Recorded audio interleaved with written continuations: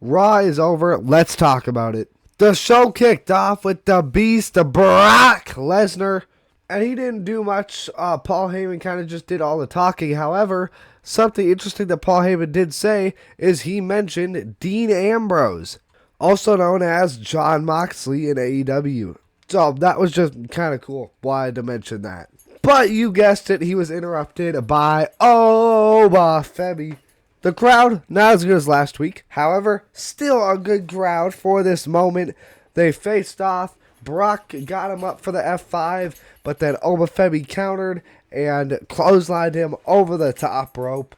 Would have been nice to see a little bit more between these two. Yeah, probably. But I'm not going to complain. This opening segment, once again, was great. I just really hope at some point these two get time on the mic together. Obviously, the physicality is going to continue to deliver in every way. Next, we had a tag team match between the USO'S and the Vision, and it ended in a DQ via Jey Uso. LA Knight, came out to help the USO'S and slid Jey the Brass Knucks, who used it on Austin Theory, causing the DQ, and then Logan Paul after the match, just for the hell of it. And I love this. He fucking rocked Logan Paul with that punch. This was amazing.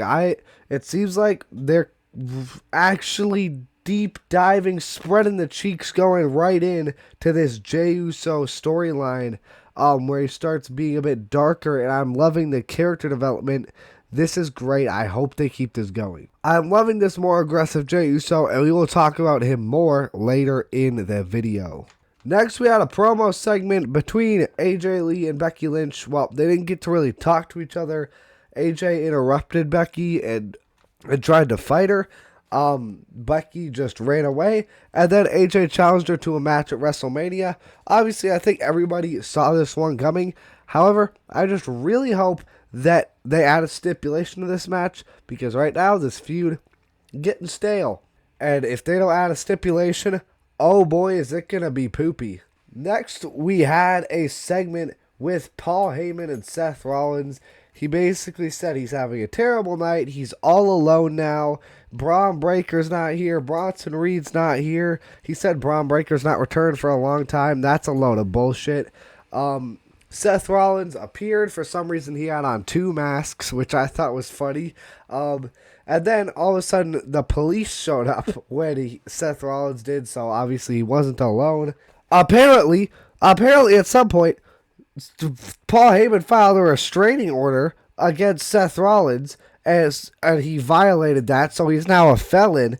I don't know when that happened, but I mean, Paul Heyman was saying his wife's going to divorce him, he's going to date half the locker room, and he's going to take custody of his child. I mean, he was saying some diabolical shit. This obviously set Rollins off. He ran back to the ring, clocked him with a punch, and he then got arrested and taken to the back. So, are we not going to see him the next few weeks now, or is he going to break out of prison?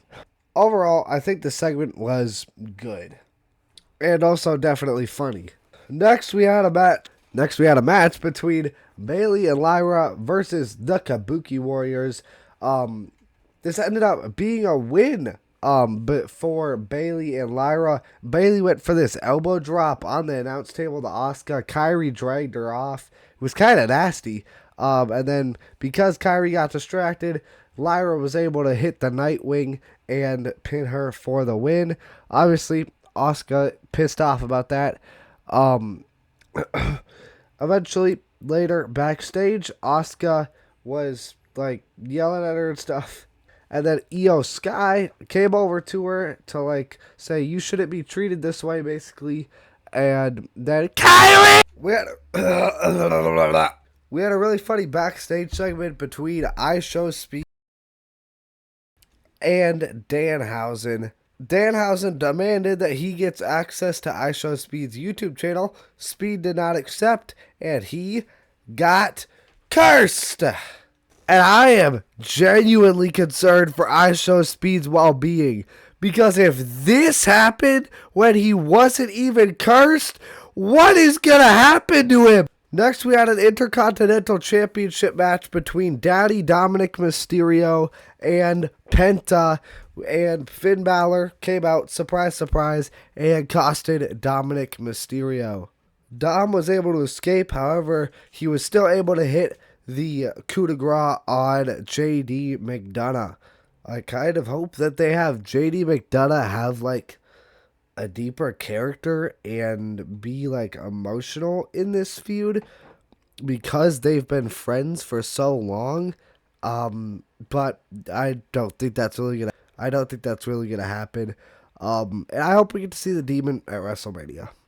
Next, last but certainly not least, the main event segment with CM Punk, the Usos, and Roman Reigns. Punk basically said that Jey Uso is not good enough to beat him, even when he didn't underestimate him. Jey Uso got pissed and came out, and I really liked this. This was really good. I loved the aggressiveness from Jey Uso, and then Jimmy Uso coming out to try and calm down Jey Uso. And they talked back and forth for a bit. I also liked, now that Jay's being a bit more serious, the crowd wasn't yeeting the entire promo between every word Jay was saying. And when Jimmy mentioned that the tag team titles are on the line next week against The Vision, Jay said he doesn't give a damn about the tag titles, which I am finding really interesting. He basically just said, leave CM Punk to Roman Reigns to deal with. Jay said he ain't here right now, and then he showed up, say his name, and he appears. I believe in Roman Reigns. He got into the ring and basically said, Jimmy, get your brother Jay and get out of my ring. And he said that was the most respectful way he could say it, and they were about to, but then Punk said, you should stay, he needs the help. And that pissed Jay off, so he went, tried to attack CM Punk. CM Punk punched him in the face, and then Jimmy went in to attack him, and they were fighting, and then Roman hit a Superman punch on Punk. And then Jay was getting pulled out of the ring by security with Jimmy, and Jay was basically screaming at Roman to get him and beat the shit out of him, or whatever. And after enough yelling and convincing, it convinced Roman. He speared CM Punk. He went off on him, smashed his head into the ring post, powerbombed him through the announce table. This was awesome. This is the physicality that this feud needed and needs. I hope every week it progressively gets more and more violent, because that is exactly what's going to make this feud even better and better. Let me know your thoughts on this episode of Monday Night Raw. I thought overall it was pretty good, like a 7.5 out of 10. But yeah, thank you guys so much for watching. Like and subscribe if you want. And